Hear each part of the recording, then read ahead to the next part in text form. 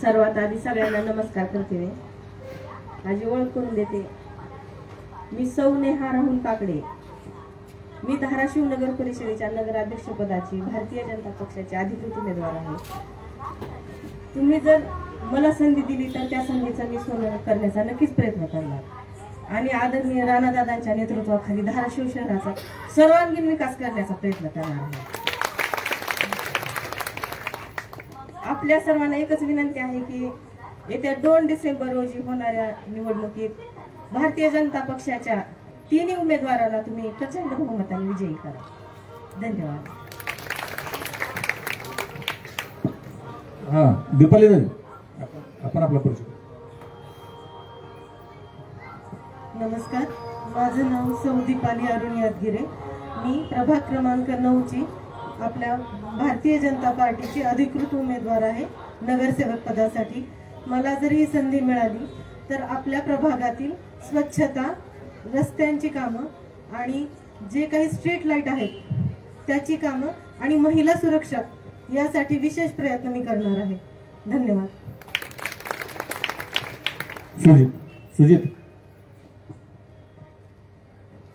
आजच्या धाराशिव नगरपालिकेच्या हो घातलेल्या निवडणुकीकरता आपल्या प्रचारासाठी, उमेदवारांच्या प्रचारासाठी आलेले आपले नेते आदरणीय राणादादा यांचं मी समतानगरमध्ये हार्दिक स्वागत करतो. दादा, हा आपण मागच्या काळात निवडून आल्याच्या नंतर आम्ही विरोधात होतो. प्रचंड मोठ्या प्रमाणात सत्ताधारी शिवसेनेच्या नगराध्यक्षांनी, आमदारांनी, खासदारांनी प्रचंड त्रास दिला. कसलेच विकास काम होऊ दिलं नाही. पण ज्या वेळेस आपलं सरकार आलं, महायुती सरकार आलं, त्या 2.5 वर्षाच्या काळात 8.5 कोटीच्या घरात आपण निधी दिला समतानगरसाठी. समतानगरवासी म्हणून आम्हाला आपला इतका अभिमान आहे की आम्हाला इतका चांगला नेता मिळाला. दादा, असंच भविष्यातही आम्ही काम करत राहू. अजून एक मला मुद्दा सांगायचा समतानगर मधला की समतानगरमध्ये सह्याद्री कॉर्नरला खूप मोठा ओपी आहे. त्या ओपीवर अतिक्रमण करत असताना रात्री कोणी सुद्धा आलं नाही. ना या समता सोसायटीचा चेअरमन आला नाही, ना कुठला संचालक आला नाही. पण एकमेव रात्री पोलीस यंत्रणा पाठवली आणि सगळं अतिक्रमण होऊ दिलं नाही. तर तसाच विषय हाणून पाडला आणि तो आपला ओपी शाबूत ठेवला. एकदा आपण सगळ्यांनी त्या करता धन्यवाद द्यावे. दादा, आपण आमची ताकद आहात. आपण असंच आमच्या पाठीशी उभं राहा. आम्ही नक्कीच या प्रभागात दोन्हीच्या दोन्ही उमेदवार आणि नगराध्यक्षाला प्रचंड बहुमतानं आम्ही मताधिक्य देऊ. एवढं बोलून मी माझे 2 शब्द थांबवतो. धन्यवाद. यानंतर जिल्ह्याचे लोकनेते, ज्यांना खऱ्या अर्थानं लोकनेता म्हणावं असं कर्तृत्व त्यांचं आणि त्या माध्यमातून जे जे अनेक विकास कामं त्यांच्या माध्यमातून जिल्ह्यांना अनुभवलेले आहेत आणि तुळजाभवानीचा आशीर्वाद ज्यांना लाभलेला आहे ते आदरणीय राणादादा यांना मी विनंती करतो की त्यांनी आपल्याला मार्गदर्शन करावं.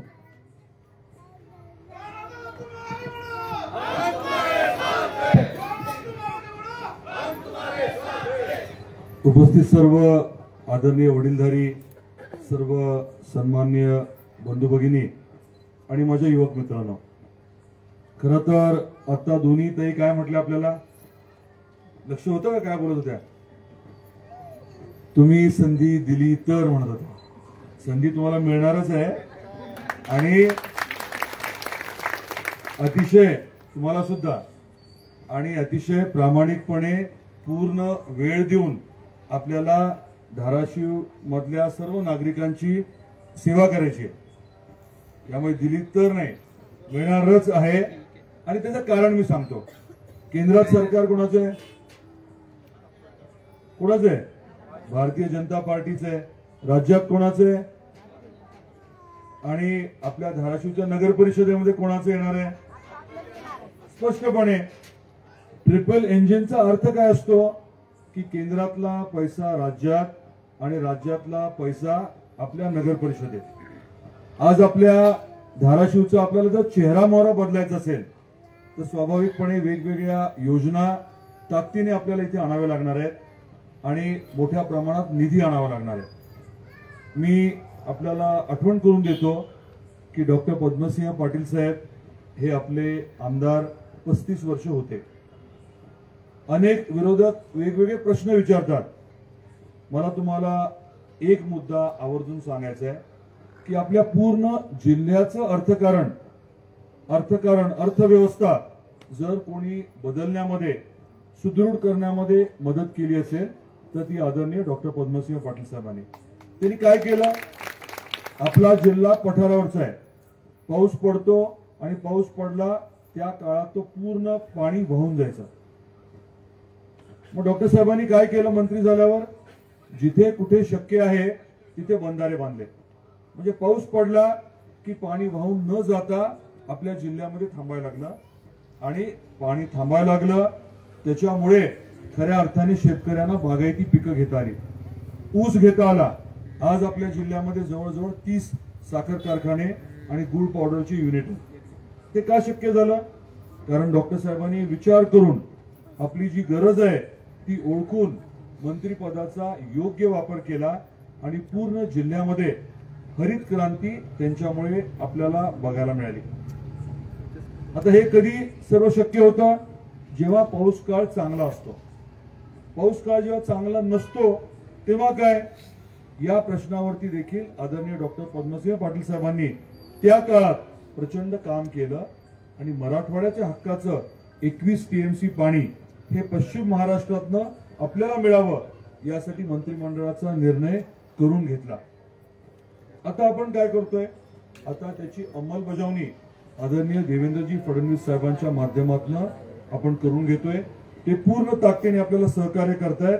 पुढच्या 1-2 महिन्यामध्ये कृष्णा खोऱ्यातल्या पश्चिम महाराष्ट्रातलं पाणी मराठवाड्यात आपल्या तुळजापूरला रामदऱ्यामध्ये येणार आहे. रामदरा कुठे माहितीये का? आई तुळजाभवानीचं मंदिर, त्याला लागून नॅशनल हायवे आणि त्याच्या पलीकडे जे पाणी दिसतं, जे तळ दिसतं ते रामदरा तलाव आहे. तर हे कृष्णा खोऱ्याचं पाणी पुढच्या 2-3 महिन्यामध्ये आपल्याला प्रत्यक्षात पश्चिम महाराष्ट्रातलं पाणी प्रत्यक्षात तुळजापूरला आलेलं बघता येणार आहे. आणि हे पाणी मग टप्प्याटप्प्याने आपण तुळजापूर तालुक्यात, उमरगा आणि लोहाऱ्याला पण देतोय. दुसरा एक भाग ज्याच्यावरती काम चालू आहे ते पाणी भूम, परांडा, वाशी करत कळंबला जाणार आहे आणि अगदी धाराशिवला पण येणार आहे. मुद्दा काय आहे? मुद्दा हा आहे की आपल्या जिल्ह्याचं वैभव वाढावं, इथली समृद्धी वाढावी यासाठी डॉक्टर साहेबांनी केलेलं काम मी आपल्या समोर मांडलं. आता आपण काय करतोय? मी काय करतोय? आदरणीय देवेंद्रजी फडणवीस साहेबांच्या माध्यमातून आपण हाच विषय अजून पुढे नेतोय. आपण कोल्हापूर, सांगलीचं पुराचं पाणी हे आता मराठवाड्यात धाराशिवला आणतोय. 15,000 कोटीचा प्रकल्प आहे आणि एकदा ते पाणी आलं की आपल्या जिल्ह्यामध्ये बागायती क्षेत्र अजून वाढणार आहे, अजून आर्थिक सुबत्ता वाढणार आहे.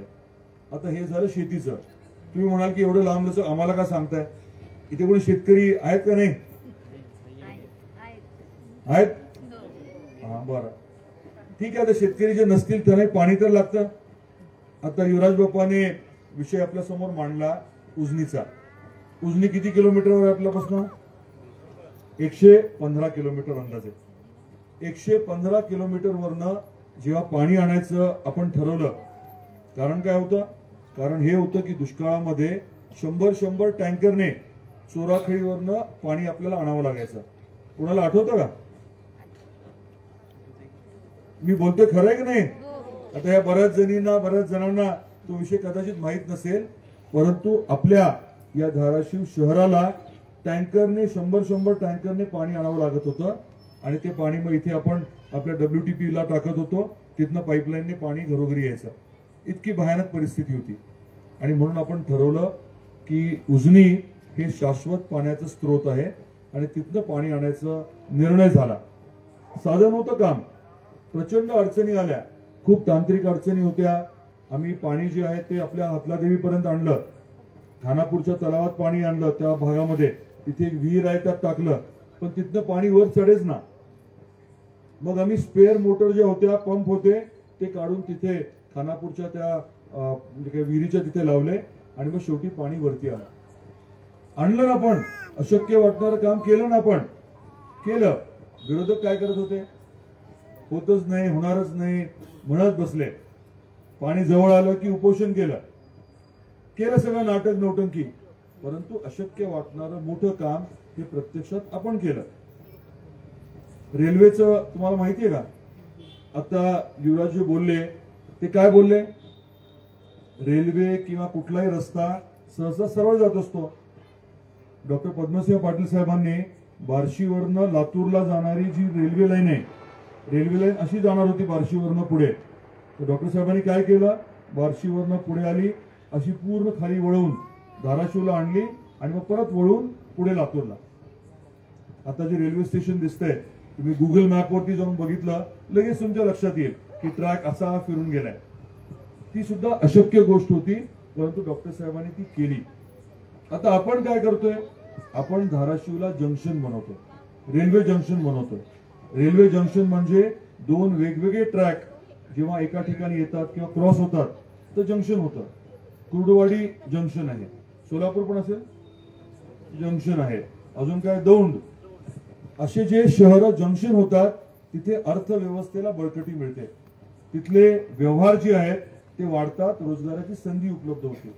त्यामुळे आपण काय निर्णय घेतला, मोदी साहेबांनी तुळजापूरला रेल्वे आणण्याच्या बाबतीत निर्णय घेतला होता. म्हणजे सोलापूर पासून तुळजापूर पर्यंत रेल्वे आली असती, पण निर्णय आपण असा घेतला की सोलापूर तुळजापूर धाराशिव रेल्वे करायची आणि धाराशिवला जंक्शन बनवायचं. त्या प्रकल्पाला 950 कोटी रुपये लागणार होते. देवेंद्रजी 2019 मध्ये आपल्या धाराशिवला आले होते, त्या दरम्यान त्यांनी त्याला मंजुरी दिली होती. 50% पैसे हे राज्य सरकारचे आणि 50% केंद्र सरकारचे. 2019 मध्ये मोदी साहेबांनी सोलापूरला याचं भूमिपूजन केलं, पण मध्ये सरकार जे आहे ते वेगळं आलं. तुम्हाला आठवत असेल 2019-20 मध्ये ठाकरे सरकार आलं. ठाकरे सरकारने या प्रकल्पासाठी 1 रुपया पण दिला नाही. मुख्यमंत्री शिवसेनेचे, धाराशिवचे पालकमंत्री शिवसेनेचे, खासदार शिवसेनेचे आणि आमदार देखील शिवसेनेचे, परंतु धाराशिववरनं तुळजापूर मार्गे सोलापूरला जाणाऱ्या या रेल्वे ट्रॅकसाठी राज्य सरकारने 1 रुपया पण दिला नाही. मी खूप पाठपुरावा केला, परंतु शेवटपर्यंत त्यांनी काहीतरी जुजबी कारण देत रुपया दिला नाही. ठाकरे सरकारमधले अनिल परब नावाचे परिवहन मंत्री होते. अनिल परब साहेबांवरती मी विधानसभेत हक्कभंग आणला, तरी देखील ठरलेलं असताना देखील राज्य सरकारने 1 रुपया पण दिला नाही.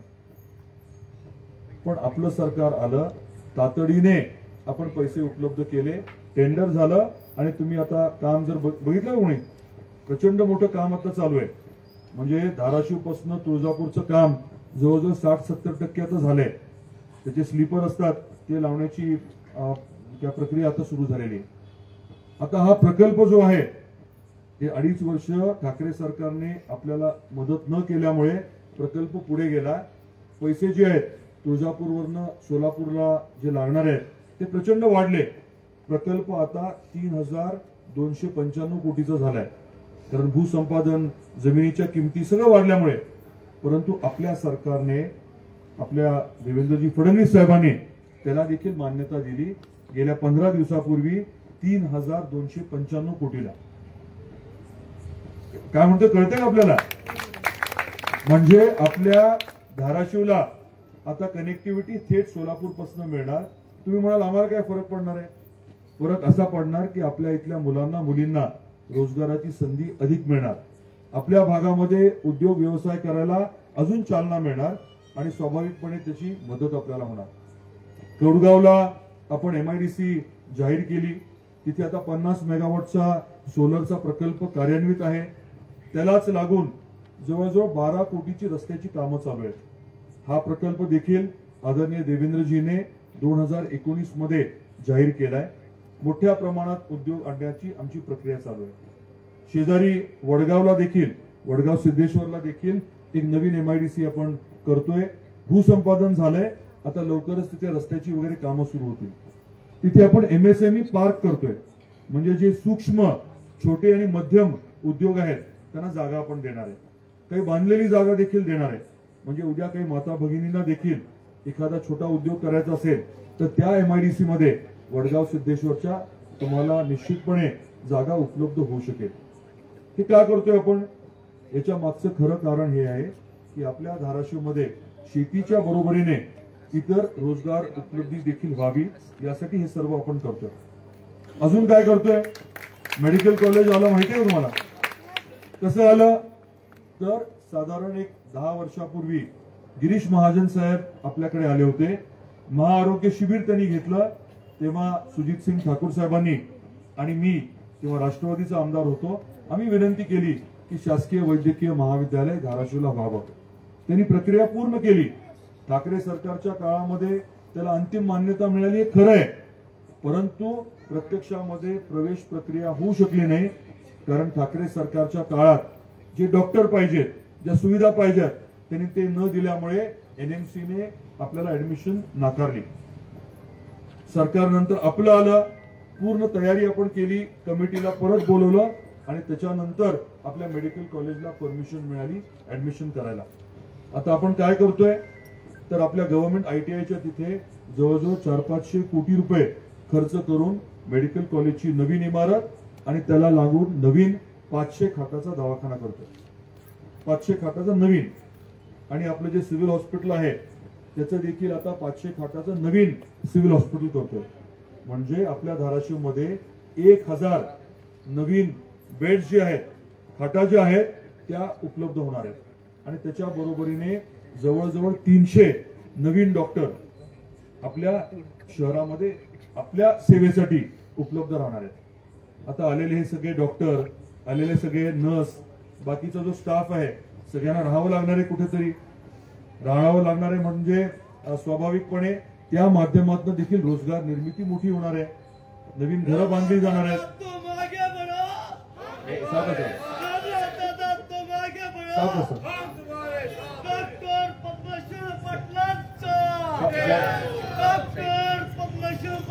आभारी थोडं थांबा आपण. तर आता मी आपल्याला सांगितलं ते आरोग्य सेवेच्या बाबतीमध्ये. तसंच आपण वेगवेगळ्या माध्यमातून शिक्षणाच्या बाबतीमध्ये आपली आयटीआय आहे, तिथे जवळजवळ 60 कोटी रुपये आपण खर्च करून अजून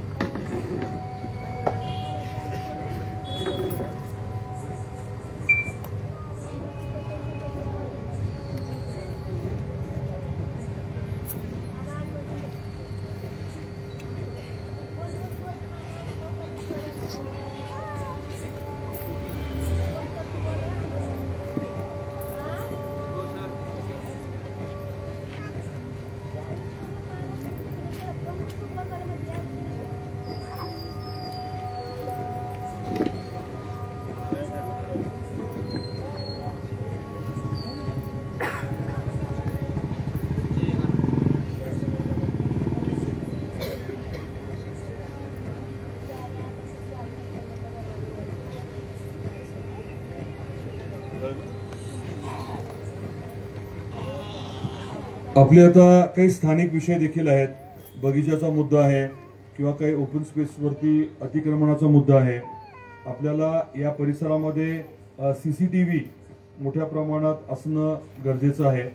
तर या सर्व बाबींवरती विचार जो आहे तो झालाय आणि कृती देखील सुरू झालेली आहे. आपल्या शहरामध्ये जवळजवळ प्रत्येक ठिकाणी जसं मुंबईमध्ये आहे त्या पद्धतीने CCTV कॅमेराज जे आहेत पूर्ण शहरामध्ये लावण्याची प्रक्रिया सुरू झालेली आहे. कदाचित त्याचं निविदा देखील काढण्यात आलेली आहे. त्यामुळे येणाऱ्या नजीकच्या काळामध्ये आपल्याला सर्व ट्रॅकिंग करता येईल. खास करून माता भगिनींच्या बाबतीत जर कोणी काही चुकीचं वागलं वगैरे तर अतिशय कडक कारवाई करण्याच्या बाबतीमध्ये CCTV कॅमेऱ्याच्या माध्यमातून आपल्याला निश्चितपणे मदत होणार आहे. आपले जे कॉलेजेस आहेत, शाळा आहेत आणि क्लासरूम्स आहेत, वेगवेगळे क्लासेस चालतात, तिथे देखील आवर्जून आपण जास्त लक्ष देऊ हे मला आवर्जून सांगायचं आहे आपल्याला. कारण मोठ्या संख्येने इथे आता तुम्ही माता भगिनी आहात, इतरांपर्यंत देखील आपण कळवा. कारण आपल्या शहराचा विकास करत असताना मी मगाशी म्हटलं तसं आरोग्याच्या बरोबरीने शिक्षणाच्या बाबतीत आपण खूप गांभीर्याने लक्ष देणार आहोत. आपण वैद्यकीय शिक्षणाचं हब संकुल आपल्या शहरामध्ये करतोय. मेडिकल कॉलेजच्या नंतर फिजिओथेरपी, नर्सिंग आणि त्याच्याच बरोबरीने डेंटल आणि फार्मसी असे शासकीय कॉलेजेस करण्याच्या बाबतीत आपण ठरवलेलं आहे. आपल्याला माहिती आहे की आपल्या भागातले बऱ्यापैकी मुलं मुली 10वीच्या नंतर 11वी 12वी साठी लातूरला जातात. बरोबर आहे ना? आपल्याकडचे बरेचसे शिक्षक देखील तिकडे जातात. आम्ही या बाबतीत देखील विचार केलाय आणि येणाऱ्या काळामध्ये आपल्या भागातले मुलं मुली 10वी झाल्यानंतर इथेच कसे थांबतील आणि त्यांना अगदी लातूरमध्ये ज्या पद्धतीचं प्रशिक्षण मिळतं ते इथे कसं मिळू शकेल याबद्दल देखील आमचा विचार झालेला आहे. आणि येणाऱ्या काळामध्ये मोठ्या प्रमाणामध्ये ते देखील घडताना आपल्याला दिसेल. आपण पाण्याच्या बाबतीत बोलत होतो. पाणी आता सध्या येतंय. किती दिवसाला येतंय? 6 दिवसाला, 8 दिवसाला काही जण म्हटले, अजून बरोबर 6 दिवसाला येतंय. ठीक आहे. आणि जर पाणी दररोज 24 तास आलं तर तुम्ही काय कराल?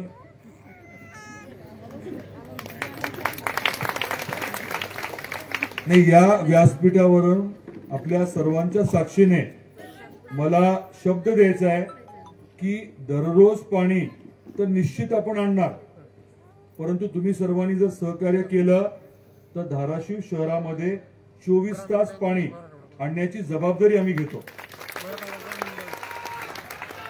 आणि हे सहज बोलत नाहीये मी. आपल्याला 2 गोष्टी धाराशिवच्या बाबतीमध्ये बदलायच्या. एक म्हणजे हे दुष्काळी भाग आहे, पाणी नसतं, बगीचे नसतात, याच्या बाबतीमध्ये आपल्याला पूर्ण बदल करायचा आहे. येणाऱ्या काळात पाणी पुरवठा तर मी म्हटलं 24 तास, परंतु त्याच्या बरोबरीने 25 कोटी रुपये हे केवळ बगीचांसाठी आपण आपल्या धाराशिव जिल्ह्यामध्ये आणणार आहोत. धाराशिव शहरामध्ये माफ करा, आणणार आहोत. तुम्ही म्हणाल हे काय?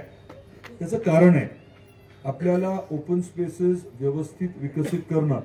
मग ते लहान लेकरांसाठी, विद्यार्थ्यांसाठी, मुलांसाठी, मुलींसाठी असेल किंवा मग आपले जे वडीलधारी आहेत त्यांच्यासाठी विरंगुळा केंद्र म्हणून असेल किंवा माता भगिनींसाठी वेगळे असे बगीचे म्हणून, किंवा त्यांना शांत थोडा वेळ बसता येईल किंवा फिरता येईल, व्यायाम करता येईल, याच्या बाबतीमध्ये देखील आपण जाणीवपूर्वक निर्णय घेतलाय आरोग्याच्या दृष्टीने आणि आपल्याला बरं वाटावं. शेवटी शहरामध्ये राहत असताना आपल्या शहरात खूप मोठ्या प्रमाणामध्ये बगीचे आहेत. पाणी रोज येतं म्हटलं एकदम मोठा फरक पडेल. आणि दुसरा मुद्दा जो आहे तो रस्त्यांचा. आता रस्त्याच्या बाबतीत मी जास्त बोलणार नाही. मी एवढंच सांगेन की आम्ही जबाबदारी स्वीकारलेली आहे. जसं 117 कोटीचे रस्ते आपण मंजूर केले, अडथळे आले त्याच्याबद्दल मी 2 मिनिटांनी बोलेन, परंतु जे रस्ते आता होणार आहेत 117 कोटीचे 26 किलोमीटरचे रस्ते होणार आहेत. अतिशय चांगल्या दर्जाचे करून घेण्याची जबाबदारी आपली देखील आहे. किती रस्ते आहेत? 59 रस्ते आहेत. प्रत्येक रस्त्याला आपण नागरिकांची एक समिती करणार आहे. म्हणजे कामाकडे लक्ष असावं, लवकर व्हावं, दर्जेदार व्हावं आणि काम करताना नागरिकांना कमीत कमी त्रास व्हावा म्हणून आपण कमिटी करतो. आणि हे 26 किलोमीटर झाल्यानंतर आमचं नियोजन असं आहे की पुढच्या 5 वर्षात अजून किमान 300 कोटी रुपये रस्ते नाल्यांसाठी आणायचे. आणणं शक्य आहे का नाही? तुम्ही विचार करा ना. उजनीवरनं पाणी आणता आलं, रेल्वेसाठी 3295 कोटी आणता आले. मी धाराशिवचा आमदार नसताना आपल्या रस्त्यासाठी धाराशिव शहरातल्या 117 कोटी रुपये आपल्याला आणता आले. मग आपली नगर परिषद आहे म्हटल्यानंतर 300 कोटी काही कमी आहेत का? तुम्ही जबाबदारी देऊन बघा आणि मग तुम्हाला लक्षात येईल की कुठलीच गोष्ट अशक्य नाही. प्रत्येक गोष्ट शक्य करण्याची जबाबदारी आम्ही घेतोय, परंतु त्याच्या बरोबरीने आपली देखील काही जबाबदारी आहे. मोदी साहेब काय म्हणतात? सबका साथ सबका विकास, पुढे सबका प्रयास, त्याच्या पुढे